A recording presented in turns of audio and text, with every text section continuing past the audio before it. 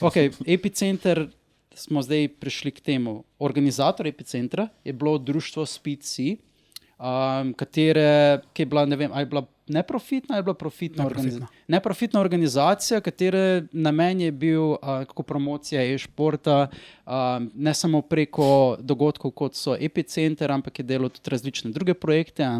Mogoče kaj je bilo tisto prvo poslanstvo Speed-C-ja in s kakšnimi projekti se je sploh ukvarjal poleg Epicentra? Je tako večji, lahko je bil, kot smo že premenili, ta Red Bull. Poleg tega so bili še izbor reprezentance za košarkarsko zvezo Slovenije in tak večjih projektov, pa za nogometno zvezo tudi. Takrat se je iskalo tudi, smo imeli zaključek na Brdu pri Kranju, na njihovem, tam res odlični novi postavljenih stadionih in vse te sobah, ki jih imajo na voljo za pač njihove delavce. Mislim, to so nekako glavni, poleg Epicentra, te projekti, ostali so bili pa pol še izven tega društva, pač gaming projekti in promocije. Ampak glavno je bilo to, da se nekako gaming poveže, da je neko dogajanje za vse in da se lahko nekako združimo nekje, morda takrat še večkrat, enkrat na leto, včasih so bili Epicentri tudi dvakrat na leto, zdaj pač to ni več možno, ni izpedljivo, ko je pač na tako visokem nivoju in vse skupaj. Ampak se je premaknilo naprej, kar je lepo videti, ker če dogodek stagnira eno leto in drugo leto je še isti, bodo še prišli ljudje, če si tretje leto isti, preprosto lahko zapreš in na novo odpreš pod drugim imenom, ker noben več ne bo prišel.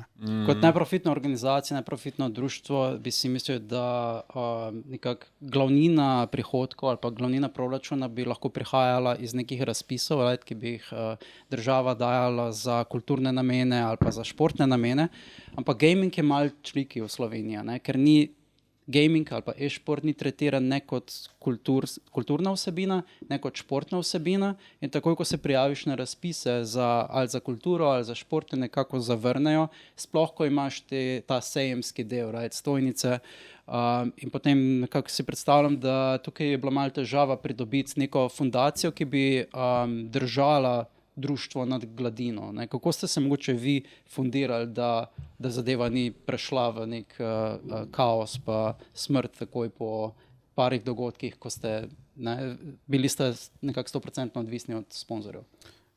Najprej tega, glede teh fundacij in tega, ravno zaradi tega tudi letošnjega Epicentra ni.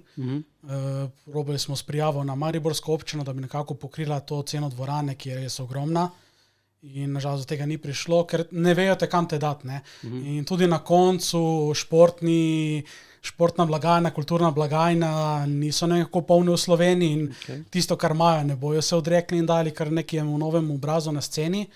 Tako da težko prije tule not, vidi, kaj lahko zdaj športna zveza morda kaj naredi s tem, če bo kakšna injekcija prišla iz Olimpijskega komiteja, ampak tudi to ne bo prišlo iz danes na jutri.